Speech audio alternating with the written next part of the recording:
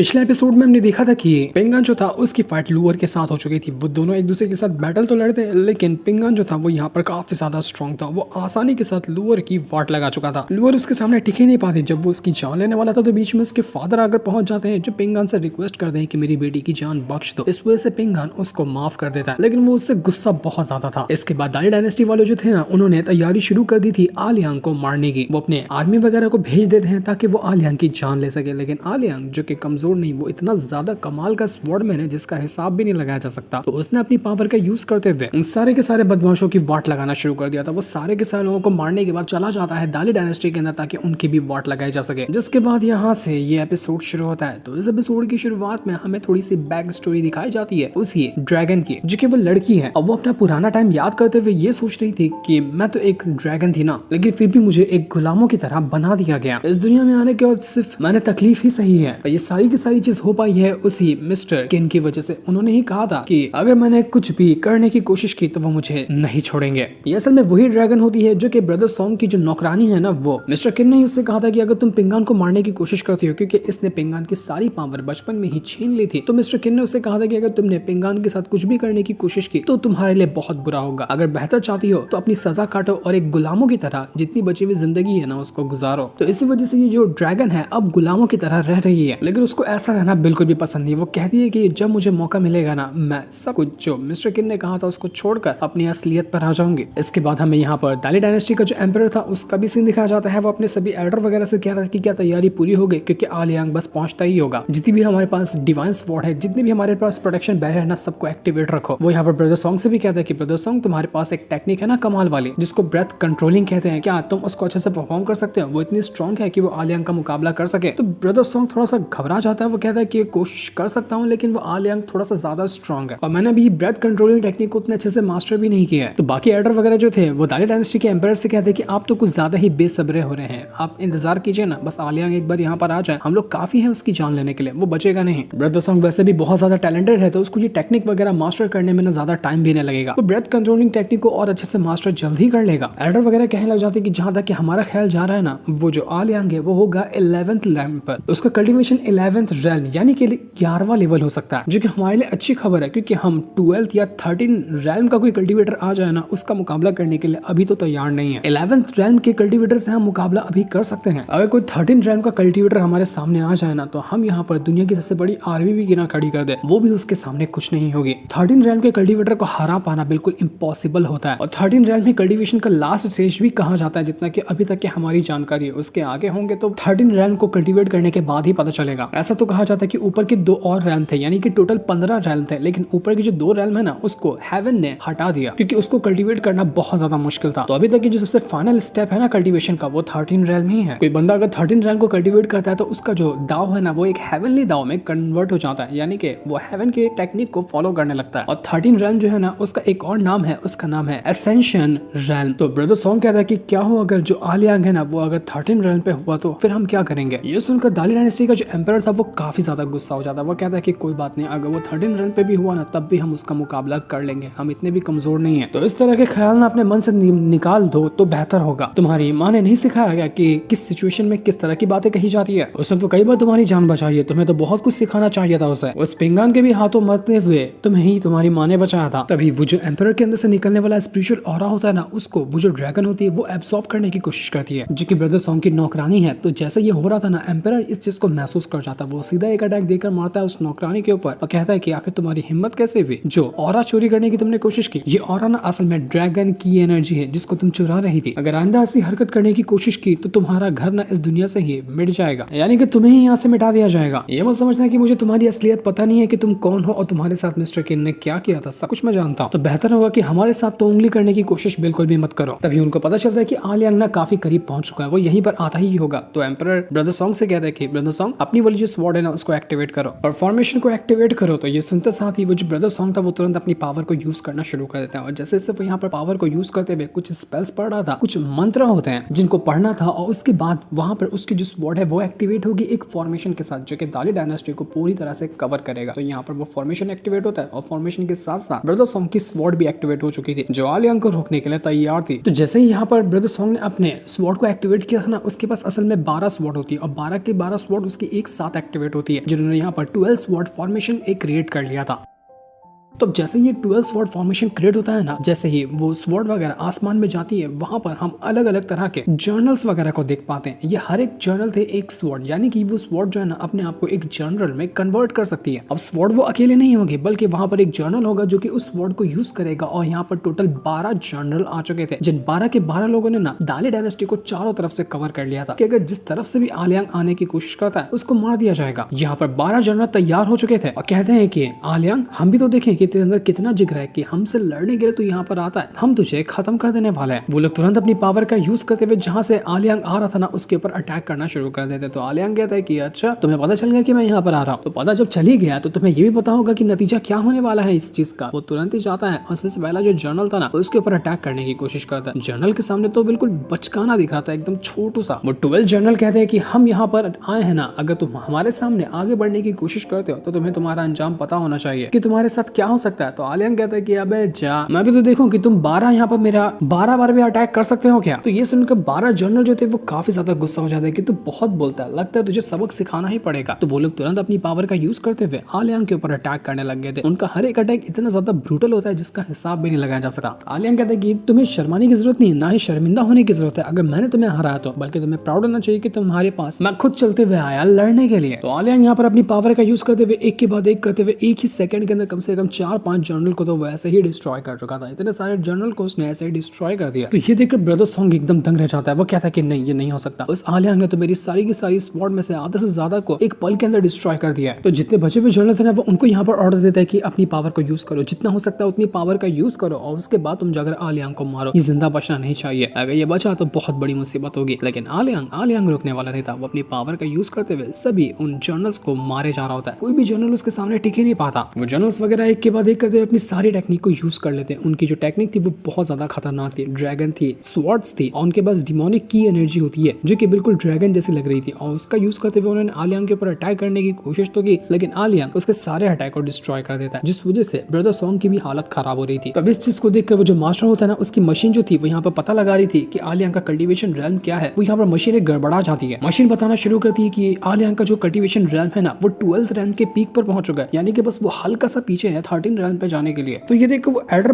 पागल हो जाता है कि ये नहीं हो सकता। अभी कुछ टाइम पहले तो बता रहा था कि ये आलियांग 11th रैम पे है, लेकिन ये 13 रैम के आसपास कैसे पहुंच गया। हम तो गए, हम यहाँ पर अभी इसको कैसे रोकेंगे, हम इसको नहीं रोक सकते। यहाँ पर वो जो जनरल वगैरह जो बचे हुए थे वो लोग अभी भी आलियांग के साथ फाइट कर रहे थे। बस अब यहाँ पर 1-2 ही जनरल बचे थे जो आलियांग से मुकाबला कर रहे थे, बाकी सबको तो आलियांग ने मार डाला। तो एम्परर अपने साथियों से कहता है कि ठीक है, अब वही करना पड़ेगा जिसके बारे में हमने सोचा था, वरना इसके अलावा कुछ दूसरा ऑप्शन भी नहीं लग रहा। लेकिन ये क्या करने के बारे में कह रहा था वो तो हमें आगे ही पता चलेगा। तो वहीं आलियांग जो था अभी भी यहाँ पर उन जनरल के साथ मुकाबला कर रहा था। उसका जो अटैक था ना वो इतना ब्रूटल था कि पूरा का पूरा इलाका ही डिस्ट्रॉय होने लग जाता है। उसका एक ही अटैक माउंटेन, रिवर जो भी होते हैं ना सबको डिस्ट्रॉय करता जा रहा था। वो अकेला इतना छोटा सा था लेकिन फिर भी उसके अंदर पावर इतनी ज्यादा कि वो जनरल वगैरह उसका कुछ बिगाड़ ही नहीं पाते। एक अटैक में वो एक जनरल को फाड़ देता। उन जनरल को पता था कि या तो आज हम मरेंगे या फिर ये हमें मार डालेगा। तो इस वजह से वो भी यहाँ पर अपनी पावर का यूज करते हुए जितना हो सकता था उतना ब्रूटल अटैक आलियांग के ऊपर करने की कोशिश करते हैं, लेकिन फिर भी कोई फायदा होता नहीं। आलियांग मार मार कर उनकी हालत खराब कर चुका था। और उसके बाद वो दाली डायनेस्टी वालों को ही चिढ़ाते हुए कहता कि दाली डायनेस्टी के एम्परर क्या हुआ, हवा निकल गई तेरी, अब कोई बचा नहीं गया तेरे पास कमाल का इंसान जो मुझसे फाइट कर सके। जब कोई नहीं बचा तो तू ही आ जाना मुझसे लड़ने के लिए। ब्रदर सॉन्ग तो जवाब दे चुका था कि नहीं, मैं अब यहाँ पर और अपने जनरल को कंट्रोल नहीं कर सकता, नहीं मैं आलियांग को रोक सकता हूँ, मैं तो यहाँ पर हट रहा हूँ वरना मैं मर जाऊंगा। लेकिन फिर थोड़ी देर बाद वो हिम्मत करता है, हिम्मत करते हुए कहता है कि मैं ही वो था ना जिसने कहा था कि क्या हो अगर ये आलियांग 12th या 13th रैंक में हुआ तो शायद मेरा ही श्राप लग गया मेरी बात को। इसलिए अब यहाँ पर ना मुझे अपने फाइनल अटैक को यूज करना पड़ेगा, चाहे मैं यहाँ पर मर क्यों ना जाऊँ, चाहे मेरी जान खतरे में क्यों ना आ जाए, मैं इसको रोक कर रहूंगा। क्योंकि मैंने असल में 12th नहीं बल्कि मैंने 13 स्वॉर्ड्स को कल्टीवेट किया है और अभी भी मेरी एक फाइनल स्वॉर्ड बची हुई है जिसका मैंने इस्तेमाल अभी तक नहीं किया। अब लगता है कि उसका इस्तेमाल करना पड़ेगा। तो ब्रदर सॉन्ग यहाँ पर अपनी पावर का यूज करते हुए अपनी 13 जो फाइनल स्वॉर्ड होती है ना उसको भी एक्टिवेट कर चुका था, जिस वजह से वहां पर एक और जर्नल आ जाता है और यहाँ पर उसका साथ देने के लिए एक दूसरा जो एल्डर था वो भी अपनी पावर को एक्टिवेट कर चुका था। वो भी अपनी पावर को एक्टिवेट करने के साथ ब्रदर सॉन्ग की हेल्प कर रहा होता था कि ये दोनों दोनों मिलकर ना आलियांग को रोक सके। तो इन दोनों का जो अटैक था वो बहुत खतरनाक तरीके से आलियांग के पास जाता है, उनके ऊपर जाकर सीधा वो अटैक देकर मार चुका था आलियांग को। तो ये देखकर आलियांग कहता है कि अरे वाह, ये अटैक तो थोड़ा कमाल का लग रहा है, पहला कोई अटैक है जिसने मुझे यहाँ पर थोड़ा सा मजा दिलाया, लेकिन इसकी औकात नहीं कि मेरा एक भी बाल बांका कर सके। तो वो यहाँ पर इस अटैक को भी डिस्ट्रॉय कर चुका था। इससे होता ये कि वो एडर और ब्रदर सॉन्ग दोनों के दोनों अब यहाँ पर बेहोश होने लग गए थे। उन्होंने अपनी सारी पावर को एग्जॉस्ट कर दिया और उनकी हालत पूरी तरह से खराब हो चुकी थी। लेकिन अभी तक कि आलियांग को कुछ हुआ ही नहीं। आलियांग कहता है कि यार बाओबिंग को जो स्वॉर्ड मिली थी ना बहुत ज्यादा कमाल की थी। इस स्वॉर्ड ने तो एक बार के अंदर ही ये 13 स्वॉर्ड का अटैक और एल्डर के अटैक को एक सेकंड में डिस्ट्रॉय करके रख दिया। मजा ही आ गया इस अटैक को यूज करके। तो दिल तो कर रहा है कि ये स्वॉर्ड को परमानेंट अपने पास रख लो, बहुत प्यारी स्वॉर्ड है ये। अब तो वो यहाँ पर अपनी स्वॉर्ड पावर को यूज करना शुरू करता है और अपना एक बहुत ही ब्रूटल स्लैश अटैक देकर बनाता है। और जितने भी यहाँ पर एक दो जर्नल बचे हुए थे उनके पर वो अटैक देकर मार चुका था। उन जर्नल की तो हालत खराब, वो यहाँ पर अपने आप को बचाने की कोशिश में लगे हुए थे, लेकिन यहाँ पर आलियांग रुकता नहीं, वो यहाँ पर किसी को छोड़ने वाला नहीं था। वो कहता है कि हट जाओ मेरे रास्ते से, मैं जा रहा हूँ दाली डायनेस्टी के अंदर और वहां जाकर सब कुछ बर्बाद कर दूंगा। देखते ही देखते उसका स्लैश अटैक जो था वो सीधा दाली डायनेस्टी का जो महल होता है ना उसके ऊपर अटैक देकर मार देता है। लेकिन वो जो महल के बाहर प्रोटेक्शन बैरियर लगा हुआ था उसने उस अटैक को रोक तो लिया था, लेकिन ज्यादा टाइम तक रोक नहीं पाता। पूरा महल हिलने लग जाता है। जल्दी कुछ करना पड़ेगा वरना आलियांग का दूसरा अटैक आया ना तो फिर ये प्रोटेक्शन बैरियर टूटेगा, वो घुस जाएगा महल के अंदर। और जो इस चीज का इम्पैक्ट था ना वो इतना खतरनाक था कि अंदर का महल पूरा हिल गया होता है। आलियांग आवाज लगाते हुए कहता है कि अबे बुढ़ाऊ एम्पायर क्या कर रहा है, मैं तेरा देख स्वागत करने के लिए यहाँ तक पहुंच गया, तेरा दरवाजे के पास खड़ा हूं, अब तो बुला ले अंदर, आजा मिल ले मुझसे, तेरा इंतजार कर रहा हूं मिलने का। लेकिन यहाँ पर एम्पायर तो नहीं आता, बल्कि वो जो ब्रदर सॉन्ग का अंकल है ना उसको भेज देता है। यहाँ पर आता है वही अंकल और यहाँ पर आने के बाद वो कह रहा था कि आलियांग हिम्मत की तेरी ना दाद देनी पड़ेगी कि तू सच में यहाँ पर आया, वरना मुझे तो लग रहा था कि तू यहाँ पर लौट कर आएगा ही नहीं। तुझे अगर इतना ही चैलेंज करना ना तो मैं तुझसे चैलेंज करने के लिए तैयार हूँ। वैसे भी मुझे मेरी जिंदगी से कोई फर्क नहीं पड़ता, बहुत जी ली है जिंदगी, अगर मर भी गया ना तो अच्छा ही होगा, पर ऐसा तो नहीं मरूंगा तुझे मार कर मरूंगा। लेकिन यहाँ पर आलियांग चिल्लाते हुए कहता है कि अबे बचकाने को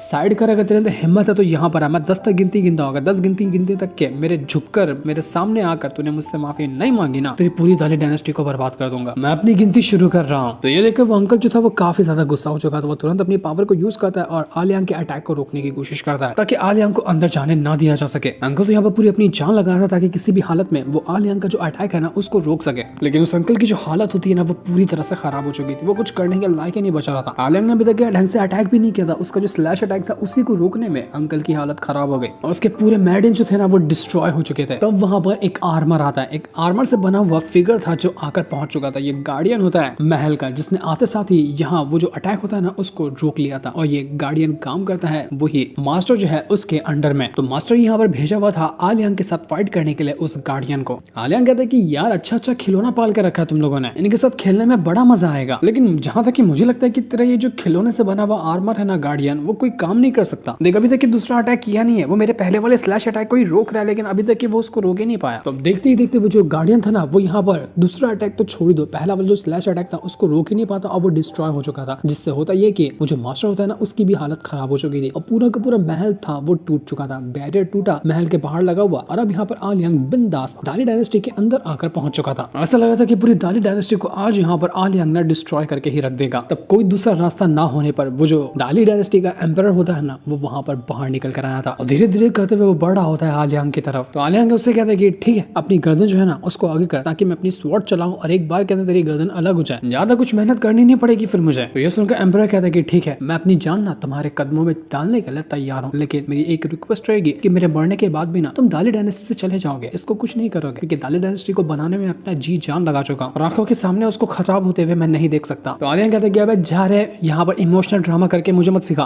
वो सीधा अपनी स्वॉर्ड लेता है और डाल देता है गर्दन पर ही उस एम्परर के, लेकिन उसको अभी तक चलाया नहीं था वो, क्योंकि उसके स्वॉर्ड चलाने से पहले ही वहां पर एक ओल्ड मैन आ चुका था जो यहाँ पर आने के बाद कहने लग जाता है कि आलियांग बड़े दिनों बाद तुमसे मुलाकात हो रही है, तुम्हारी जो कही हुई बातें थी ना मुझे आज तक के याद है कि अगर कोई किसी चीज को हासिल करना चाहता है ना तो उसकी एक कीमत चुकानी पड़ती है, कोई भी चीज फ्री की कभी नहीं आती। और मुझे ये भी पता है कि तुम ना मिस्टर किन जो है ना उनके बहुत अच्छे दोस्त हो और तुम्हें ये जान लेना चाहिए कि इस दाली डायनेस्टी को बनाने में और इसको कितना ज्यादा हेल्प करने में मिस्टर किन ने साथ दिया। आज तो हमारी दाली डायनेस्टी खड़ी है ना उसमें मिस्टर किन का बहुत बड़ा हाथ है। और अगर तुम इस दाली डायनेस्टी को डिस्ट्रॉय करना चाहते हो तो मिस्टर किन ने जो लेगेसी क्रिएट की है ना तुम उसको बर्बाद कर दोगे। मिस्टर किन ने बहुत ज्यादा मेहनत की है, उन्होंने अपना खुद का रास्ता क्रिएट करने की कोशिश की थी ताकि जिसका भी जो इस गांव के अंदर रहता है ना उसका फ्यूचर अच्छा हो। वो एक नया पाथ क्रिएट करना चाहते थे जहाँ पर वो शांति बना के रखेंगे, लेकिन ऐसा कभी हो नहीं पाया। बचपन से आज तक के मिस्टर किन को कभी उतनी ज्यादा खुशियां मिली नहीं थी। उन्होंने बहुत ज्यादा मेहनत की, बचपन से ही वो मेहनती थे। मैंने खुद उनके साथ प्रैक्टिस वगैरह की है अपने टाइम पर। हमेशा मास्टर को उनके ऊपर बहुत ज्यादा उम्मीद थी और उनकी उम्मीदों पे मिस्टर किन हमेशा खड़े रहते थे। लेकिन मिस्टर किन को पता था कि आगे चलकर ना उनके साथ क्या होने वाला है। वो अपने गांव को ही बचाने के लिए अपनी जान गंवा दी है, पर मरने से पहले उन्होंने जो अपने लिए लेगेसी क्रिएट करके रखी है ना, इसलिए तुम्हें उसको नहीं डिस्ट्रॉय करना चाहिए। मेरी तुमसे रिक्वेस्ट रहेगी कि तुम यहाँ पर रुक जाओ, और जितना तुम्हें नुकसान करना था तुम उतना नुकसान कर चुके हो। ये सुनकर यहाँ पर आलियांग को बहुत ज्यादा गुस्सा आता है, लेकिन फिर भी वो यहाँ पर रुक चुका था।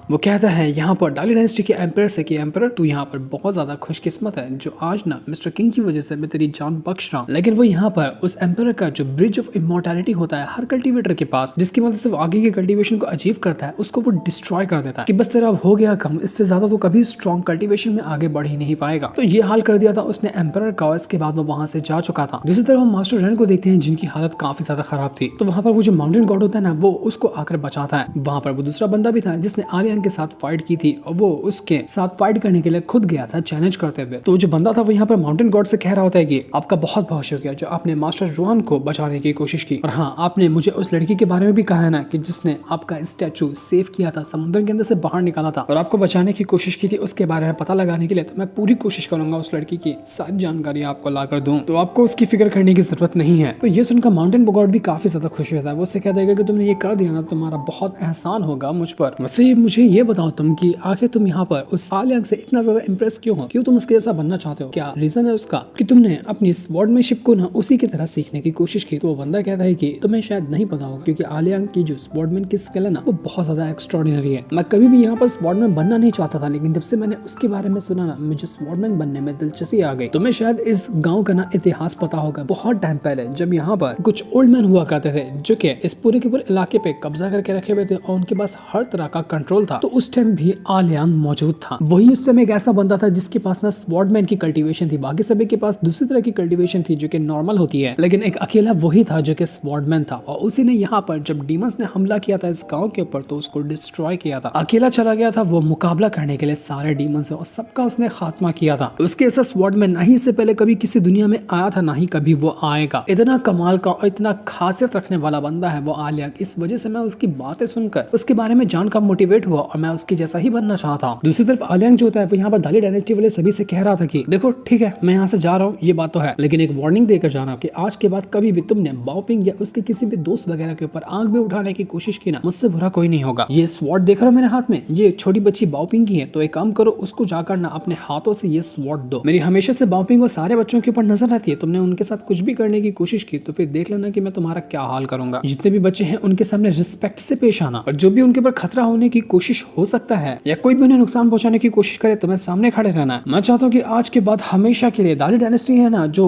वो मेरे नाम सुनकर ही कांप जाए, क्योंकि मैं ऐसा बंदा हूँ जो कि हेवन को भी चीर कर रिटर्न आ चुका हूँ। मैं पहले अपर रेल्म से वापस रिटर्न आया हूँ इस मॉर्टल रेल्म के अंदर। जब मैंने 13 लेवल को पार करने के बाद हेवन तक के जाने का मौका मुझे मिला था, उसको मैंने ब्रेक करके रिटर्न मॉर्टल रेल्म में आया। तो अब यहाँ पर तुम लोगों को ना पता हो चुका है कि मेरा असल में पास्ट है क्या। वो यहाँ पर हेवन का ही मजाक उड़ाते हुए कहता है कि हेवन क्या कहता है, कौन ज्यादा पावरफुल लगता है, तू या फिर मैं, या फिर यहाँ की जो कल्टीवेशन स्टेप वगैरह है वो बुद्धिज्म हो गया, ताओइज्म हो गया, या कौन सी तरह की कल्टीवेशन कमाल की लगती है तुझे। जिसको भी तू समझता है कि सबसे ज्यादा स्ट्रॉन्ग है उसको भेज दे मेरे सामने, मैं अपनी कसरत करना चाहता हूँ। और इतना कहते कहते यहाँ पर ना वो जो आलियांग होता है वो अपना ब्रेक थ्रू कर चुका था। ब्रेक थ्रू करते साथ ही वो 13 रैंक पे पहुंचता है, और 13 पे भी वो अर्ली स्टेज पे नहीं गया था, 13 के वो पीक पर जा पहुंचा था। आलियांग यहाँ पर भी नहीं रुकता और यहाँ पर हंसते हंसते वापस से एक और लेवल ब्रेक थ्रू कर जाता है और वो पहुंच चुका था 14th रैंक के ऊपर। ये बंदा तो पागल हो गया, सीधा उसने खड़े खड़े 2 रैंक ब्रेक थ्रू किया, जिसको रैंक को ब्रेक थ्रू करने में एक भी बंदों की जान निकल जाती है। और अब ये पहुंच चुका था सीधा 14th रैंक के ऊपर, जिसका मुकाबला करना अब इस मॉर्टल वर्ल्ड के अंदर शायद ही इम्पॉसिबल हो चुका है। अब इस पूरे वर्ल्ड में ऐसा कोई बंदा ही नहीं है जो आलियांग का मुकाबला कर सके, इतना ज्यादा वो स्ट्रॉन्ग है। वो जो ड्रैगन होती है जो कि ब्रदर सॉन्ग की नौकरानी है, वो कहने लग जाती है कि मानती हूँ मैं कि आलियांग बहुत ज्यादा एक्स्ट्राऑर्डिनरी है, लेकिन फिर भी मुझे पिंगान को देख करना अलग ही फीलिंग आती है। मुझे लगता है कि पिंगान आलियांग से ज्यादा बेटर है, या फिर वो बेटर बनकर दिखाएगा, क्योंकि वो पिंगान को बहुत अच्छे से जानती थी। इसके बाद आलियांग सीधा आसमान की तरफ ही बढ़ना शुरू कर देता है। ऐसा लग रहा था कि वो वापस से अपर रेल्म के अंदर जा रहा है हेवन के साथ बातचीत करने के लिए, जिसको देख कर ना पूरी दुनिया में जितने भी लोग होते हैं वो सारे के सारे लोग ये नजारा देख पा रहे थे। वो कहते हैं कि आप बंदा है यार आलियांग, लोग क्यों नहीं उसके जैसा बनना चाहेंगे, सब कोई उसके जैसा बनना चाहता है। उसकी काबिलियत, उसका एटीट्यूड, उसका बात करने का तरीका देखकर सारे के सारे लोग यहाँ पर आलियांग से बिल्कुल इंप्रेस हो चुके थे। उसी के साथ साथ हम यहाँ पर माउंटेन गॉड को भी देखते हैं, जो कि फाइनली वो जो लड़की होती है ना जिसने उसको बचाया था उस तक पहुंच जाता है। वो उसके सामने तो नहीं आता लेकिन छुप कर उसको देख रहा था। उसको देखकर वो बहुत ज्यादा खुश था। ये वही लड़की होती है जो कि नाव वगैरह के अंदर ना पियानो वगैरह बजाने का काम करती है और लोगों को एंटरटेन करती है। उस लड़की को महसूस तो होता है कि आसपास कोई तो ऐसा था जिसको वो बहुत अच्छे से जानती है, लेकिन वो समझ नहीं पाती क्योंकि माउंटेन गॉड उसके सामने नहीं आता। आलियांग यहाँ पर खुद से ही कहने लग गया था कि मुझ जैसा शैतान कल्टिवेटर जो इतना ज्यादा स्ट्रॉन्ग है, मुझे लगता है कि मैं ना इस मॉर्टल वर्ल्ड को डिजर्व करता हूँ। यहाँ पर अगर मैं रहा ना तो पूरी दुनिया को बर्बाद करके रख दूंगा। मुझे लगता है कि मुझे ये वर्ल्ड छोड़कर चले जाना चाहिए। जिस अपर रेल्म से मैं आया था ना, मुझे वहां पर वापस चला जाना चाहिए। इस वजह से वो आसमान की ओर ही जा रहा था और आसमान में वो काफी ऊंचाई तक के आकर पहुंच जाता है। जैसे वो आसमान पर आया था ना, यहाँ का पूरा मौसम बदलने लग गया था। हम देख पाते कि आसमान का पूरा रंग बदला हुआ है और ऐसा लग रहा था कि वो अपर रेल्म तक के पहुंच चुका है। आसमान को वो क्रॉस करता जाता है और रुकता ही नहीं। वो साथ ही साथ हमें निंग्याओ को भी दिखाया जाता है। वो भी जहाँ पर होती है ना, वहाँ पर कई सारे बंदे थे जो कि उसके क्लान के ऊपर अटैक करने के लिए आए हुए थे। तो वो उनके साथ फाइट कर रही होती है, उनको वो आसानी से टक्कर दी जा रही थी।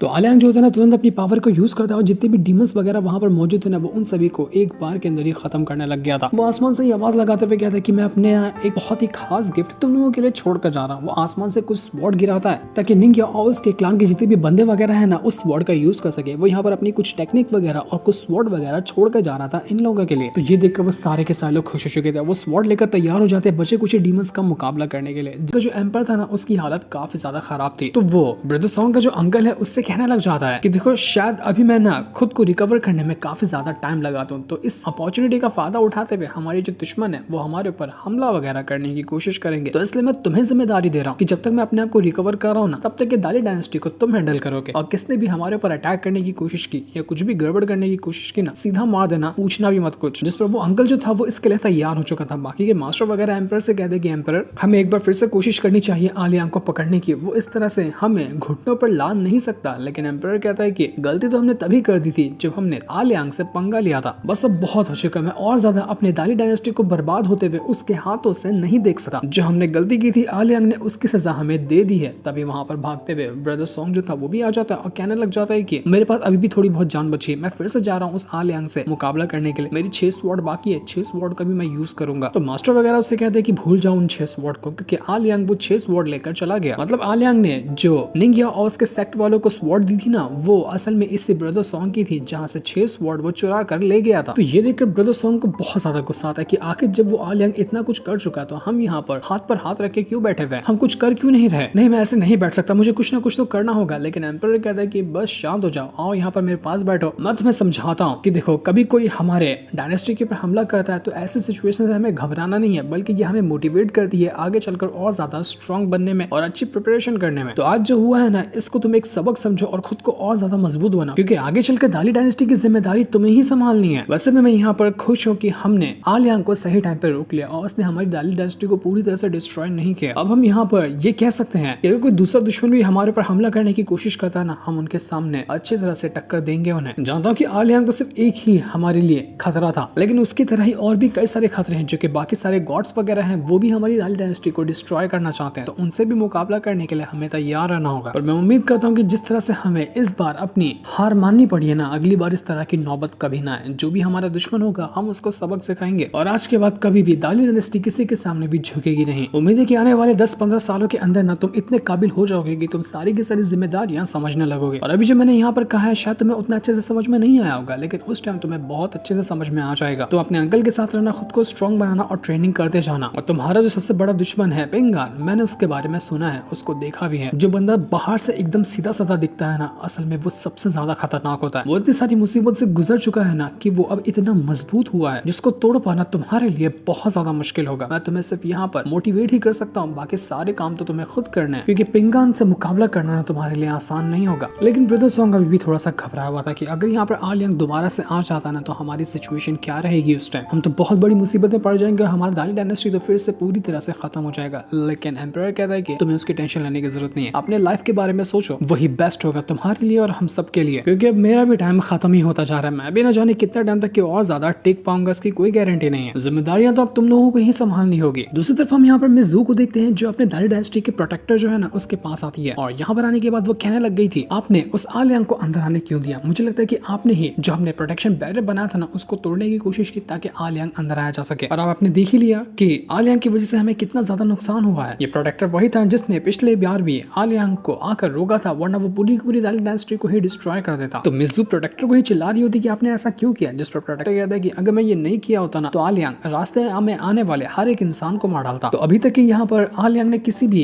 इंसान की जान नहीं ली है, वरना अगर मैं उसको रोका नहीं होता या उसको अंदर आने नहीं दिया होता तो अब तक तो लाशों का ढेर लग गया होता। वो तो शुक्र मनाओ कि मैंने आलियांग को समझा दिया और वो मेरी बात सुनकर रिटर्न चला गया। वैसे जान कटर तो आपको वैसे भी किसी का नहीं है क्योंकि आप किसी की परवाह थोड़ी ना करती हैं। हांगुआ नाम की एक लड़की थी, उसके बारे में तो आपको पता ही होगा, या फिर आप शायद भूल गए कि वो इतनी ज्यादा कमाल की टैलेंटेड लड़की थी जो अपना 5th रैंक भी ब्रेक थ्रू कर सकती थी, लेकिन आपने उसको जबरदस्ती रिवर गॉड में बनाकर रख दिया। उसकी पूरी जिंदगी बस एक रिवर के अंदर ही आपने छोड़ दी। उसका पोटेंशियल खत्म हुआ, जितना वो आगे बढ़ सकती थी सब कुछ खत्म हो गया और इससे आपको कोई अफसोस भी नहीं हुआ ये करने का। तो ये सुनकर मिस जू कहने लग जाती है कि आपके कहने का मतलब क्या है, आप मुझे यहाँ पर धमकाने की कोशिश कर रहे हैं कि जो मैंने किया वो गलत था। जिस पर प्रोटेक्टर कहता है कि नहीं, मेरा ऐसा तो मतलब नहीं था। मेरे कहने का मतलब सिर्फ ये है कि जो भी गलतियां करता है ना उसको किसी ना किसी एंगल से उसकी सजा मिल ही जाती है। अब चाहे सीधे तरीके से मिले या उल्टे तरीके से मिले, सजा तो मिलना जरूर है। आपने ब्रदर सॉन्ग जो कि आपका बेटा है उसको पावरफुल बनाने में कितने ही लोगों को परेशान किया, उनकी अपॉर्चुनिटी छीनी और किसी भी हालत में आप ब्रदर सॉन्ग को स्ट्रॉन्ग बनाना चाहती थी, लेकिन अभी तक की ब्रदर सॉन्ग उतना स्ट्रॉन्ग बना नहीं। आपका इतना ज्यादा ऑब्सेशन जो कि ब्रदर सॉन्ग को स्ट्रॉन्ग बनाने का था वो सिर्फ एक माँ और बेटे का ऑब्सेशन नहीं लगता है, ये उससे ज्यादा ही कुछ लगता है जो कि मैं नहीं जानता हूँ। आपने उस इंसान को तो मार डाला जिसके साथ आपके रिलेशनशिप की अफवाह उड़ रही थी, लेकिन आपने उसको मारने के बाद उसका कटा हुआ सर आज भी अपने पास रखा हुआ, जो ये करके ना आपने निर्दयता की सारी हदें पार कर दी हैं। तो ये सुनकर मिस जू जो थी वो एकदम ज्यादा हैरान रह जाती है कि आखिर इस प्रोटेक्टर को मेरे बारे में इतना कुछ कैसे पता चला, कि ये मुझ पर नजर रखता है, इसको तो मेरे बारे में हर एक इन्फॉर्मेशन है। प्रोटेक्टर यहाँ पर कहता है कि देखिए मैं ना आपके अंदर इंटरेस्टेड नहीं हूँ, मुझे आपके कोई सवालों का जवाब नहीं देना, लेकिन बेहतर होगा कि आप ना मुझ पर भी कोई इल्जाम ना लगा, क्योंकि कौन यहाँ पर क्या करता है ना इसके बारे में मुझे हर एक इन्फॉर्मेशन रहती है। तभी वहाँ पर एक बर्ड आता है जो कि एम्बर ने भेजा हुआ था। यहाँ पर आने के बाद वो मिस जू से कहने लग जाता है कि देखिए आपको अभी जाना है और अपना सेक्लूशन के अंदर कल्टीवेशन करनी है, आपको अपनी कल्टीवेशन पे फोकस करना है तब तक कि यहाँ पर ब्रदर सॉन्ग का जो अंकल है ना वो ही नारी डायनेस्टी की जिम्मेदारियां संभालने वाले हैं, इसलिए जितना जल्दी हो सकता है चले जाए, या फिर अगर किसी को साथ में लेना है यानी कि ब्रदर सॉन्ग को लेना है तो उसको भी अपने साथ ले जा सकती है। ये सुनकर मिस जू को बहुत ज्यादा गुस्सा आता है। वो यहाँ पर प्रोटेक्टर से कहती है कि प्रोटेक्टर तुम बहुत घटिया इंसान हो, तुमने मेरी बाजी मुझ पर ही चल दी। तो प्रोटेक्टर कहता है कि घटिया, वो भी मैं नहीं, मैं तो ऐसा नहीं मानता, मैं खुद क्या हूँ मैं खुद नहीं जानता। दूसरी तरफ हम यंग मास्टर को देखते हैं जहाँ पर वो जो मास्टर होता है ना वो उसको पढ़ा रहा था, लेकिन यंग मास्टर पढ़ते पढ़ते थक गया होता है। वो कहता है कि बस बहुत हो गया, अब मुझे और ज्यादा नहीं पढ़ना, मुझे बोरिंग फील हो रहा है, ये जगह किसी कबाड़ खाने से कम नहीं है, यहाँ पर खाली पढ़ाया जाता है और कुछ काम कराया नहीं जाता, बहुत बोर लगता है मुझे ये जगह। तो मास्टर कहते हैं कि इतनी भी बुरी जगह तो ये नहीं है, अच्छी तो है, लेकिन यंग मास्टर कहता है कि यहाँ पर ना पनिशमेंट मिलती है बुक को पढ़ने की, कुछ नहीं काम करो तो इतना बुक पढ़ाया जाता है कि जिससे दिमाग खराब हो जाता है। मुझे भी पिंगान जैसा बनना है जिससे वो एकदम खुले मिजाज के साथ रहता है, फिर भी वो अपनी पावर को बढ़ाता जाता है, मुझे भी वैसा ही करना है, मुझे ये किताब वगैरह नहीं पढ़ने। तो ये सुनकर मास्टर जो थे ना वो यहाँ पर किताबों का ढेर लेकर आते हैं और उस यंग मास्टर से कहते हैं ठीक है जब तुम्हें इतना ही बोर लगता है तो इन सबको पढ़ लो, तुम्हारी जो बोरियत है ना वो खत्म हो जाएगी और तुम्हें अच्छा लगेगा। बेचारा यंग मास्टर तो बुरा फंस चुका था, उसको इतनी सारी किताबें पढ़नी पड़ेगी। तो यंग मास्टर यहाँ पर मास्टर को ही चिल्लाना शुरू कर देता कि आपने मुझे इतनी बुक देकर ना आपने अच्छा नहीं किया, आप मुझे बुली कर रहे हैं, ये बिल्कुल गलत बात है। लेकिन बेचारा कर भी क्या करता था, वो यहाँ पर बैठकर सारी की सारी किताबों को फिर से पढ़ना शुरू कर देता है। दूसरी तरफ हम एक ओल्ड मैन को देखते हैं, वो नाव के जरिए दाली डायनेस्टी के आसपास ही घूम रहा था। तो नाव चलाने वाला बंदा उस ओल्ड मैन से कहता है कि ओल्ड मैन जरा तुम बताओगे कि तुम्हें हमारा दाली डायनेस्टी कैसा लगा, यहाँ पर कैसे लोग हैं, तुम क्या सोचते हो इस दाली डायनेस्टी के बारे में। जिस पर ओल्ड मैन कहता है कि बहुत अच्छी जगह है, यहाँ पर एक ऐसा जगह है इसको कहा जाता है ना लैंड ऑफ हीरोज, मतलब कि यहाँ पर सिर्फ हीरोज ही रहते हैं। मैंने एम्परर के बारे में भी यहाँ के सुनकर रखा है, यहाँ की जगह के बारे में भी सुनकर रखा, ये भी सुना है कि यहाँ का प्रोटेक्टर बहुत ज्यादा कमाल का, उसकी स्किल्स वगैरह जो है ना वो एक्स्ट्रा ऑर्डिनरी है। तो नाव चलाने वाला भी कहता है कि तुम तो बस यहाँ पर अभी आए हो, इस जगह को अच्छे से एक्सप्लोर करो, तुम्हें और अच्छा लगेगा क्योंकि मैं यहीं पे रहता हूँ, तुम्हें पक्का पसंद आने वाली है दाली डायनेस्टी। सबसे कमाल की बात तो यहाँ पर एक चीज है कि यहाँ पास में ना नाव वगैरह है जिसमें लड़कियां डांस करती है, शराब भी पिलाती है, वहाँ एक बार जाना तुम्हें मजा आ जाएगा। तो ओल्ड मैन कहता है कि अरे जरा इसका दाम बताना कि वो लड़कियां ज्यादा चार्ज करती है क्या, थोड़ा सस्ते में होगा तो बताना, मैं चला जाऊंगा। तो नाव चलाने वाला कहता है कि अरे चाचा तुम क्या सोच रहे हो, वहाँ पर पैसा छोड़ो, वहाँ पर लोग तो सोना बहाते हैं लड़कियों के ऊपर, तब भी जाकर जाकर मुश्किल से लड़कियां मिलती है, लगता नहीं कि तुम्हारे बस की बात है। वहाँ पर पानी नहीं बहता बल्कि सोना बहता है, इतना खर्चा लगता है वहाँ पर। तो ओल्ड मैन कहता है कि यार सारा मूड खराब कर दिया तुमने, लगता है कि अब कहीं और से पैसों का जुगाड़ मारना पड़ेगा कुछ मजे करने के लिए। मेरा एक डिसेबल है जो कि बहुत ज्यादा अमीर है, उससे थोड़े खर्चे पानी के पैसे निकाल लूंगा। ये ओल्ड मैन तो बड़ा ठरकी निकला।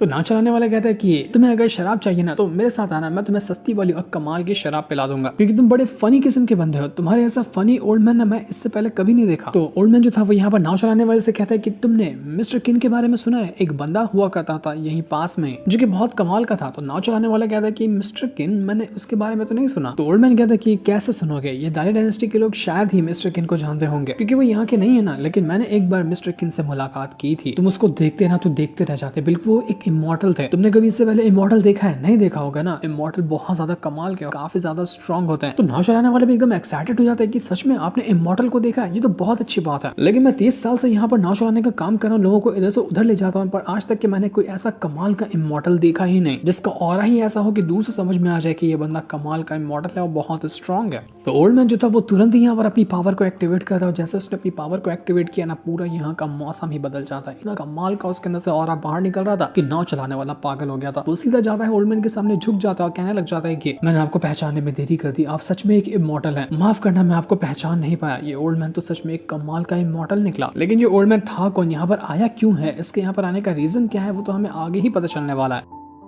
दूसरी तरफ हम पिंगान और उसके सारे के सारे दोस्तों को देखते हैं जो सभी नाव में बैठकर ना कहीं जा रहे थे। ये लोग जा रहे थे काई एकेडमी की ही तरफ, पर अब आलियांग उनके साथ नहीं है। यंग मास्टर कह रहा होता है कि पिंगान देखा तुमने किस तरह से आलियांग हमें छोड़कर भाग गया, तुमने कितनी उम्मीद दिखाई थी उसके ऊपर, तुम कह रहे थे कि वो हमारा साथ देगा काई एकेडमी तक जाने के लिए, लेकिन वो तो ऐसा रास्ते में छोड़कर चला गया। कम से कम उसके दिए हुए कुछ ट्रेजर तुम ले लेते, उससे कुछ और ले तो लेते, लेकिन तुमने उससे कुछ भी नहीं लिया। अब आगे के सफर में हम लोग अपने आप को प्रोटेक्ट कैसे करेंगे? मैं यहाँ पर मेहनत करता हूँ, थोड़ी बहुत मेरे पास पावर है, मैं अपनी स्पीड से तो अच्छा हूँ, लेकिन मेरी जो फिजिकल शरीर है ना वो उतना स्ट्रॉन्ग नहीं है, मैं ज्यादा अटैक नहीं झेल पाऊंगा। थोड़े बहुत एक दो बार हाथ पैर चला सकता हूँ, लेकिन हम उतने ज्यादा स्ट्रॉन्ग नहीं कि आने वाला अगर कोई भी खतरा हो तो हम उसका मुकाबला कर पाए। आलियांग चला गया, देखते देखते और भी हमारे कुछ दोस्त हैं वो लोग भी जा चुके हैं, बस अब हम यहाँ पर कुछ ही लोग बचे हैं जिनको आगे का सफर तय करना है। लुअर भी थी, वो भी चली गई, उसके फादर भी चले गए। तो पिंगान कहता है कि देखो लुअर और उसके फादर को जाना तो बनता ही था, वो लोग पहले ही चले जाते, लेकिन काफी टाइम तक हमारे साथ थे। मैं नहीं चाहता था कि उसके फादर को भी जाना पड़े, वो हमारे साथ रहते तो बहुत अच्छा होता है, लेकिन उनकी बेटी की वजह से ही ना उनको जाना पड़ा। मैंने खुद दोनों को भेज दिया कि मुझे वो दोनों साथ में नहीं चाहिए, इसलिए हम ऐसा तो नहीं कह सकते कि वो लोग हमें छोड़ के चले गए, बल्कि हमने उन्हें साइड कर दिया। समझ नहीं आता कि लुअर जैसी लड़की को इतना अच्छे फादर कैसे मिले, क्योंकि वो अच्छी नहीं है जितना अच्छे उसके फादर है। तो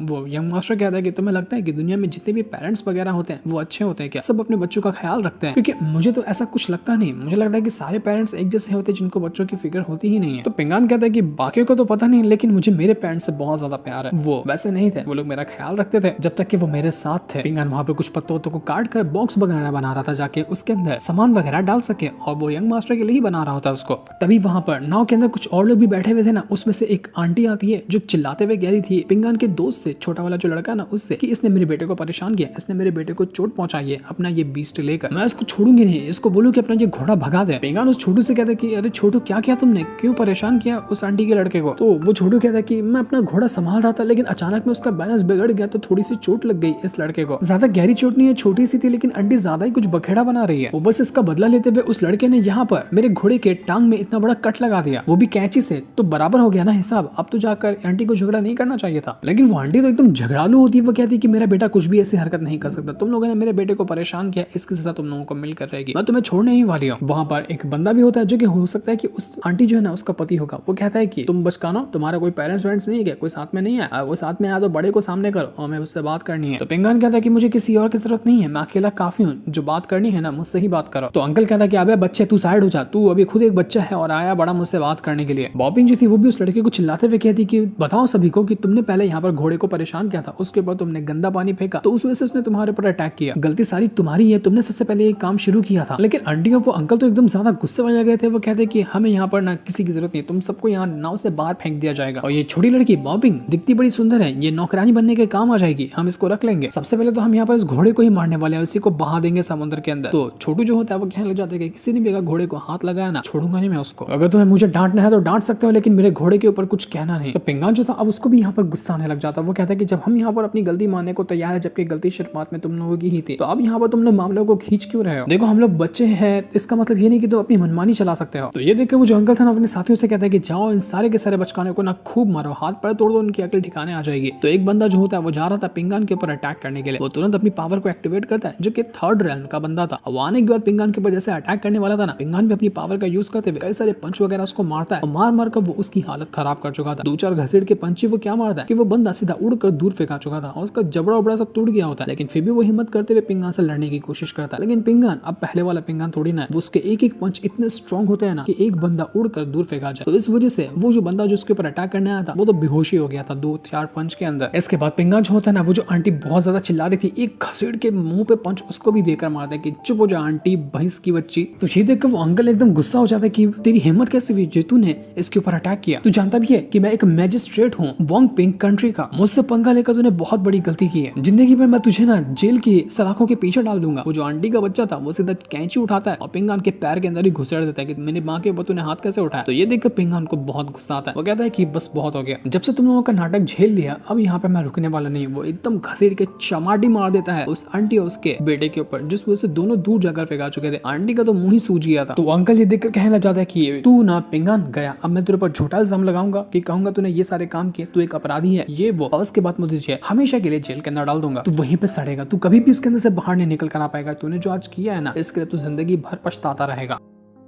तो वहां पर एक मास्टर भी होता है जो कि उसी मैजिस्ट्रेट के ना साथ था। वो यहाँ पर पिंगान से कहता है कि पिंगान तुझे क्या लगता है तेरे जो हाथों की ताकत है, तेरे जो पंच के अंदर ताकत है ना, वो मेरी स्वॉर्ड से ज्यादा कमाल की है। तू अगर यहाँ पर हाथ चला सकता है तो मैं अपनी स्वॉर्ड चला सकता हूँ। मास्टर तुरंत अपनी स्वॉर्ड से कहता है कि मेरी प्यारी स्वॉर्ड जा और तैयार हो जाए इस पिंगान को जान से मारने के लिए। तो वो मास्टर तुरंत अपनी स्वॉर्ड को एक्टिवेट करता है और स्वॉर्ड की पूरी फुल पावर को यूज करते हुए सीधा पिंगान के ऊपर अटैक करने के लिए पहुंच चुका था। जैसे उसके ऊपर वो अटैक लगने वाला था ना, वो जो छोटे बच्चे की बस किताब के अंदर क्रिएचर रहता ना, वो क्रिएचर बाहर निकल कर आता और सीधा उस मास्टर को उठाकर तालाब के अंदर ही फेंक देता और वो उसके अंदर से बाहर ही नहीं निकल पा रहा था। मास्टर कहने जाते अरे मुझे बाहर निकालो, मैं मर रहा हूँ, मुझे तैरना भी नहीं आता। लेकिन पिंगान को कुछ करने की जरूरत ही नहीं पड़ी थी और यहाँ पर उस मास्टर की तो हालत खराब हो गई। वो मैजिस्ट्रेट भी घबरा जाता है कि भाई साहब इसने किया क्या? इसने तो कुछ किया भी नहीं, लेकिन मेरा मास्टर तालाब के अंदर डूब ही गया। तो सबकी बोलती बंद हो गई थी और अब यहाँ पर किसी के अंदर भी हिम्मत नहीं थी कि वो पिंगान को परेशान कर सके। सब लोग उससे यहाँ पर डरने लग गए थे। छोटू पिंगान से कहता है कि पिंगान मुझे माफ कर देना, मुझे ऐसा नहीं करना चाहिए था, मैं जानता हूँ कि मेरी गलती है, हर बार ना मेरी वजह से ही बखेड़ा खड़ा हो जाता। तो पिंगान उससे कहता है कि तुम अपने आप को दोष क्यों दे रहे हो, तुम्हारी कोई गलती नहीं है। तो छोटू कहता है कि पिंगान तुम्हारी जो फाइटिंग स्किल है ना पहले से कितनी ज्यादा कमाल की हो गई। मैं तो बस तुम्हारे फाइटिंग एक्शन ही देख रहा था कि तुम कितना अच्छे से फाइट कर पाते हो। पहले तो इतने कमाल के नहीं थे, लेकिन अब तो तुम बहुत ज्यादा एक्स्ट्रा ऑर्डिनरी बनते जा रहे हो। तो पिंगान कहता है कि मैं तुम्हें ना यहाँ पर एक सबक सिखाता हूँ कि अगर कभी भी हमें ऐसा लगे कि हमारी कहीं पे गलती है तो सामने वाला चाहे छोटा हो चाहे बड़ा हो, उसके सामने हमें झुक कर माफी मांग लेनी चाहिए। इसमें कोई कायरता नहीं कहलाई जाती। पर जहाँ पर हमारी गलती नहीं है और तब भी अगर सामने वाला चाहे वो बच्चा हो चाहे वो बड़ा, अगर हमारे पर झूठा इल्जाम लगाने की कोशिश कर रहा है या हमें बुरा भला कह रहा है ना, तो रुकना नहीं चाहिए, तुम्हें उसकी वाट लगा देनी चाहिए। इस चीज को हमेशा याद रखना, फायदे में रहोगे। बाओपिंग जो थी वो पिंगान से कहती पिंगान वो तुम्हारी मिस्टर किन की दी हुई जो हेयरपिन थी ना, वो तुम्हारे पास से कहाँ चली गई? कहीं गिर गई क्या उधर? देखो ढूंढो तो जरा, वो कितनी ज्यादा कीमती थी ना तुम्हारे लिए। तो पिंगान कहता है कि गुम तो नहीं गई होगी, शायद उसे आलियांग ले गया होगा। तो अगर जब वो लौट कर आएगा ना तो वो मुझे वो हेयर पिन दे देगा। लेकिन हम देख पाते कि हम जिस इमॉर्टल को देखे थे ना थोड़े टाइम पहले, वो यहाँ पर आया था, उसी ने पिंगान की हेयर पिन अचानक में चुरा लिए। अब उसके पास वो हेयर पिन उसने कैसे चुराया, कहाँ से वो अपनी मैजिक का यूज करते हुए पिंगान की हेयर पिन वटा लिया, वो तो पता ही नहीं चला। इसके बाद पिंगान जो होता है ना वो बैठकर अपना प्रैक्टिस करने लग गया था। उसके सारे दोस्त भी आगे बढ़े होते हैं और वो भी आगे बढ़ते बढ़ते ना अपना प्रैक्टिस करते हुए जा रहा होता है, ताकि कभी भी अचानक में कोई हमला आ जाए तो वो उसको हैंडल कर सके। क्योंकि अब आलियांग नहीं है साथ में, तो पिंगान को ही जिम्मेदारी उठानी है सारे के सारे अपने दोस्तों की। तो जैसा जैसा वो कर रहा था उसके दोस्त वगैरह भी वैसे ही करने लग जाते हैं, ताकि वो भी अपने आप को थोड़ा सा स्ट्रॉन्ग बना सके और पिंगान जैसे फाइटिंग मूव्स को सीख सके। पिंगान यहाँ पर अपनी प्रैक्टिस करता जा रहा था और प्रैक्टिस करते करते सुबह से शाम हो जाती है। वो अपने खाली फाइटिंग स्किल्स को ना और ज्यादा इंप्रूव करने में लगा हुआ था। तो ये देखकर उसके दोस्त वगैरह कहने लग जाते हैं कि पिंगान तुम काफी टाइम से प्रैक्टिस कर रहे हो, क्या तुम्हारे दिमाग में कुछ चल रहा है क्या, या कोई चीज तुम्हें परेशान कर रही है जिसको सोचते हुए तुम प्रैक्टिस कर रहे हो? तो पिंगान कहता है कि वैसा कुछ खास तो नहीं, लेकिन हाँ मैं एक चीज सोच रहा था कि क्या मुझे भी भी तुम लोगों की तरह किताबें पढ़नी चाहिए क्या? क्योंकि मैं किताब तो नहीं पढ़ता हूँ, बस डायरेक्ट फिजिकल प्रैक्टिस करता हूँ। किताब पढ़ने में मजा आता है क्या? तुम लोग मुझे बताओगे? तो वो सारे बच्चे कहने लग जाते कि तुम और आलिया कितने ज्यादा कमाल के हो फाइटिंग वगैरह करने में, तो तुम किताब क्यों पढ़ोगे? तुम्हें रीडिंग वगैरह में क्यों जाना है? ये तुम्हारे लिए बिल्कुल भी नहीं बनी है। तुम तो खाली अपने आप को स्ट्रॉन्ग बनाओ, एक कल्टिवेटर बनाओ, रीडिंग वगैरह हम हैंडल कर लेंगे। तो पिंगान कहते हैं कि शायद तुम लोग सही कह रहे हो, मुझे ना मेरे पंच वगैरह पे ही, मेरी फिजिकल टेक्निक जो है, जो मैं अटैक वगैरह करता हूँ उस पे ही ज्यादा फोकस करना चाहिए, ताकि मैं अपने कॉम्बैट स्किल को और ज्यादा इंप्रूव कर सकूं। मैं सोचता हूँ कि जब भी मेरे सामने कोई दुश्मन नजर आए ना, मैं उसको एक ही ऐसा घसीट के पंच क्या मारूं कि वो एक पंच के अंदर ढेर हो जाना चाहिए। ठीक उसी तरह से जैसे कि आलिया एक पंच में ही किसी की भी मौत लगा सका, मैं भी वैसा ही करना चाहता हूँ। तो ये सुनकर वो जो छोटू होता है ना, वो अपने पेरेंट्स को याद करने लग गया था, जहाँ पर उसके माँ के ऊपर अटैक हुआ था और किसी ने उसकी माँ के ऊपर अटैक किया था। इस वजह से ना वो बहुत ज्यादा परेशान होता है और वो रो रहा होता है। वो अपने फादर से कहता है कि फादर आप कितने घटिया हो, दिख रहा है कि आपको माँ के ऊपर किसी ने अटैक किया है, उनको वो बुली करा था, लेकिन आपने तब भी कोई सवाल नहीं उठाया, आपने हिम्मत नहीं दिखाई उसके ऊपर अटैक करने की, और आप ऐसे ही खड़े रहे। आपको भी तो हिम्मत दिखानी चाहिए थी ना। तो उसका फादर कहता है कि देखो अभी तुम ये सब चीज नहीं समझोगे कि सामने वाला बंदा कितना स्ट्रांग होता है, क्या होता है, उसके बाद ही देखकर किसी के ऊपर हाथ उठाया जा सकता है। तो अपनी माँ से कहना मैं भी जा रहा हूँ और शाम को लौट आऊंगा। इतना कहने के बाद वो तो वहां से जा चुका था। तो इस चीज को देखकर वो जो छोटू होता है ना, वो बहुत ज्यादा गुस्सा हो जाता है। वो पिंगान से कहता है कि पिंगान तुम कितने ज्यादा कमाल के हो, मेरा फादर कितना यूजलेस बंदा था, वो हर चीज से डरता था और डर के भाग गया। मैं ना तुम्हारे पास इसलिए आया हूँ क्योंकि मैं तुम्हारे जैसा बनना चाहता हूँ। तुमने कहा ना कि सामने दुश्मन कितना भी खतरनाक क्यों ना हो, तुम्हारे अंदर इतनी ताकत होनी चाहिए कि तुम उसको हरा सको। तो ठीक मैं तुम्हारे जैसा बनना चाहता हूँ, मुझे भी तुम अपने जैसा बनाना। मैं सबसे मुकाबला करूंगा, दुश्मनों की वाट लगाऊंगा। मुझे मेरी माँ की याद आ रही है, मुझे उनसे मिलना है एक बार। वो वहीं पर रोने लग गया था अपनी माँ को लेकर। तो पिंगान कहता है कि नहीं नहीं, तुम्हें रोने की जरूरत नहीं है, अगर तुम चाहते हो तो तुम अपने घर पर जा सकते हो। लेकिन छोटू कहता है कि नहीं मैं नहीं जाऊंगा, मैंने अपनी माँ से वादा किया था कि कभी भी अगर उनसे दोबारा मिलने आया ना तो मैं नॉर्मल नहीं रहूंगा, कुछ अच्छा हासिल करके ही लौट आऊंगा। तब इससे खाली हाथ जाऊंगा तो उनको बुरा लगेगा, इसलिए मैं नहीं जा रहा अभी घर पे। तो ये सुनकर पिंगान भी उसको दिलासा देता है और उसके साथ थोड़ा हंसी मजाक करने लगता है, जिस वजह से छोटू को ना थोड़ी सी खुशी होती है, वरना वो काफी ज्यादा रो रहा था। तो इसके बाद बाओपिंग जो होती है वो सभी से कहती है कि तुम लोग अब शांत बैठ जाओ, मैं ना अपनी जो मेरे पास किताब है इसमें से तुम सभी को पढ़कर अच्छी अच्छी बातें बताती हूँ। वो सभी को मोरालिटी, रिस्पेक्ट और इंसान को किस तरह से जिंदगी गुजारनी चाहिए ना, इसके बारे में बता रही होती है। जो वो किताब से पढ़ रही थी वही सारी चीजें वो सभी को बताते हुए सबक सिखा रही थी कि एक नॉर्मल बंदा सिर्फ रूल को फॉलो करता चाहता है, जो लॉ वगैरह बने होते हैं उसको उसी के अंदर ना एक घेरा बनाकर रखा जाता है। उनकी जिंदगी बस वहीं तक रह जाती है, लेकिन उन्हीं में से कुछ ऐसे लोग बाहर निकल कर आते हैं जो इस रूल वगैरह को तोड़ते हैं और अपनी तरह से अपनी जिंदगी गुजारते हैं। हर इंसान का एक अलग रास्ता होता है जो इंसान खुद क्रिएट करता है, और अगर वो उस रास्ते पे चले ना तो उसको कामयाबी मिलती है, वरना अगर दूसरे के भरोसे पे चलेगा तो उसको कामयाबी नहीं मिलेगी। हमेशा उसको गुलामों की तरह ही रहना पड़ेगा, एक बंधन में बंधना पड़ेगा जिसमें वो हमेशा पिसता जाएगा। बातें तो बड़ी बड़ी बता रही थी, लेकिन जब यहाँ पर ये सारे दोस्त आपस में बातें कर रहे थे ना, हम देख पाते हैं कि जंगल के अंदर एक अजीब सा और मिस्टीरियस ऑरा फैल रहा है। वो मिस्टीरियस ऑरा इतना ज्यादा डेंजरस होता है ना कि रास्ते में आने वाली कोई भी चीज क्यों ना हो वो उसको डिस्ट्रॉय करता जा रहा था। यहाँ तक कि वो क्रिएचर जो कि इन सभी दोस्तों के साथ रहता है उसके ऊपर भी अटैक करता है और उसकी भी हालत खराब कर चुका था। समझ तो नहीं आता कि ये ऑरा कहाँ से निकल रहा है, लेकिन जो भी था वो ना जंगल के किसी डीप एरिया में जा रहा था। जब हम उस डीप एरिया का नजारा देखते हैं ना तो हमें पता चलता है कि उस डीप एरिया के अंदर एक बहुत ही डरावना सा महल बना हुआ है। वो महल बहुत ही ज्यादा क्रीपी लग रहा था और ये होता है जंगल के बीच में, जहाँ पर सिर्फ कंकाल ही कंकाल भरे थे, यानी कि यहाँ पर कुछ तो खतरनाक होने वाला है। हम देख पाते हैं कि उसी महल के अंदर एक चुड़ैल रहती है और जैसे वो ऑरा फैला था ना, वो कहने लग जाती है कि आखिर किसकी हिम्मत हुई जिसने यहाँ तक के आने के बाद मुझे डिस्टर्ब करने की कोशिश की। उसको यहाँ पर पता चल चुका था कि पिंगान और उसके दोस्त वगैरह, मतलब कि कुछ इंसान ना उसके महल के आसपास ही घूम रहे, तो इससे वो गुस्सा हो जाती है। मतलब कि ये चुड़ैल पिंगान और उसके दोस्तों के ऊपर अटैक करने के लिए जाएगी। मतलब आगे के एपिसोड बहुत ज्यादा खतरनाक होने वाले हैं जिस इनको दिखाते हैं। साथ ही ये वाला एपिसोड यहीं पर एंड हो जाता है। Thanks for watching.